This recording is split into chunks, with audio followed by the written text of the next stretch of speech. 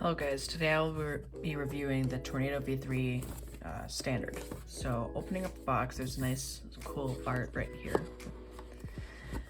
And then we've got the cube in a clamshell case. I'll open that later. And we've got the accessories box with a leather bag, really high quality, and a cleaning cloth with the X-Men logo on it. Collector's card?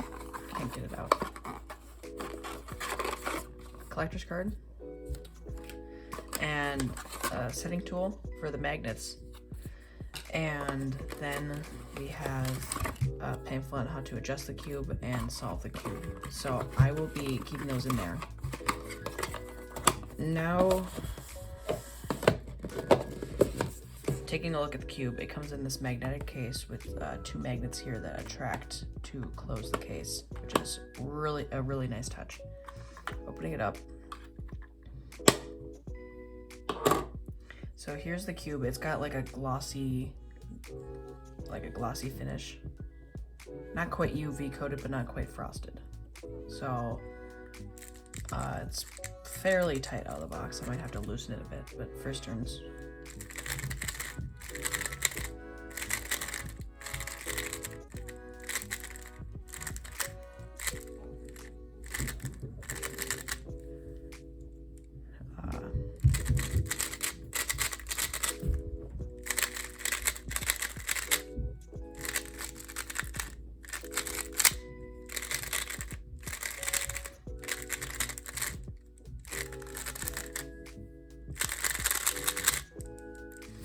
It's really fast. I got the standard version, so there's no corner to core magnets and no maglev. So it's just regular springs. And it's feeling like a direct upgrade from the Tornado V2, except for the corner cutting. Let's test out corner cutting. 45 degrees. Pretty hard. I might have to loosen it a bit, a little more than that. Still does it. Line to line. Still does it, but it's really difficult. Stops right there. And reverse corner cutting here, can do it. Can do it right up to here. This is where it stops. So it's a lot better than the V2. It's still really quiet, but also doesn't have a smooth feel like the V2. The V2 had a smooth feel. This has a more tactile feel with the magnets. And I expect it'll be even better with the corner to core magnet version, the flagship version, or the Pioneer with the maglev. But that's not within my budget, so I just got the standard. And I think it feels really good. Now I'll have to do some solves and adjust the settings, and I will get back to you with. So for the spring compression, I think it needs to be a little bit looser. The tension for the screws, I think, is going to be really good, but I think the springs have to be a little bit looser. So it's on 3-3 right now. You can see from that little hole right there in the centerpiece, it goes right to there, which is 3. And then the hole right here goes to 3. So that's the screw depth. And this is the spring compression. So it's on 3-3, so it's in the middle. It goes to 1 to 5. So all you have to do is flip up that little lever. It's like a little lunchbox handle. And then you can hold on to that and adjust it. So I'm going to adjust the tension to 1. I think we can start with that.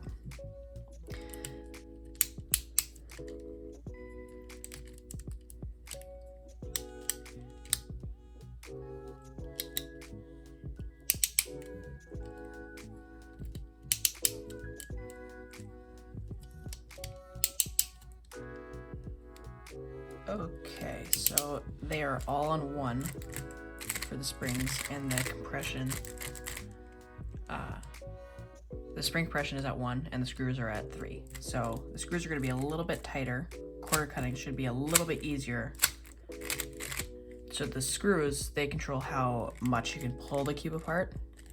So right now it would be a little loose. It will be in the middle. But if I put it on, let's say setting 1, it'll be a lot looser than this side. If you pull apart from the edges, you can see that that's a lot looser. So that affects popping. So it's gonna be a lot harder to pull a piece out. Corner twists, still kind of easy. And corner cutting. And the springs just affect how easily it is to pull the cube apart. So I'm on 1. If I would go to, let's say, 5, now it's going to be a lot harder to pull the cube, and there'll be a lot more friction inside the pieces on this side than to this side.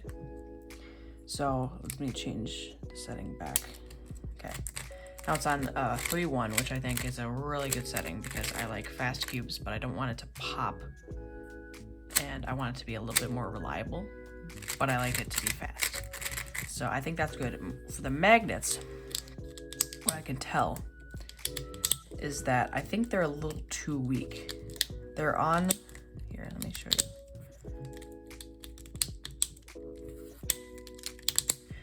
They're on the weakest, or no, they're in the middle setting. They're on 3. It goes from -2 to 2 to 3 to 4 to 5.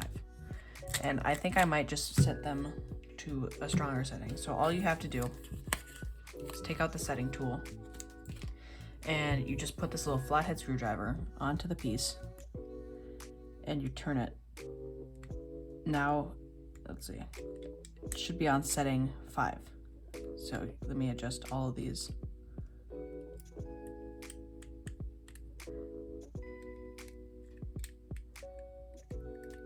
Now this side should have a lot stronger magnets. It does. It definitely does.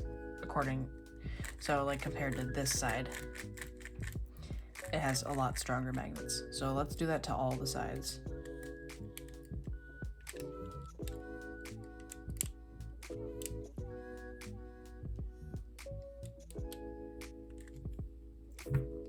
So now slice moves will be a little bit harder, but it'll be a lot more stable to turn, if that makes any sense.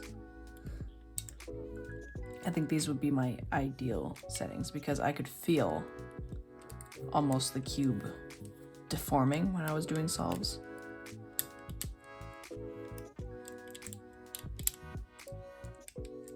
I feel like the pieces were moving around like this the whole time. I think stronger magnets should help that because it'll be able to keep the cube aligned. And also, just a word of warning, if you get a corner twist, note what corner that is in the, with what edges there are, because it could easily change the setting for the magnets. Because the magnets, they're basically springs inside that you can push the magnets in and adjust them. So if you get a corner twist, these sharp corners could push down onto the magnets and change the settings. So just keep that in consideration. Now it's really stable with weak springs. It's a little tighter, but I think these would be my ideal settings. I think I'm still locking up a bit on it, but I'll have to do some solves to test out these settings. The Tornado V3 is very smooth, controllable, and has a very easy to understand tensioning system. It is well worth its price for $24 on thecubicle.com and is a direct upgrade from the Tornado V2. Now enjoy some of the solves I did on this cube.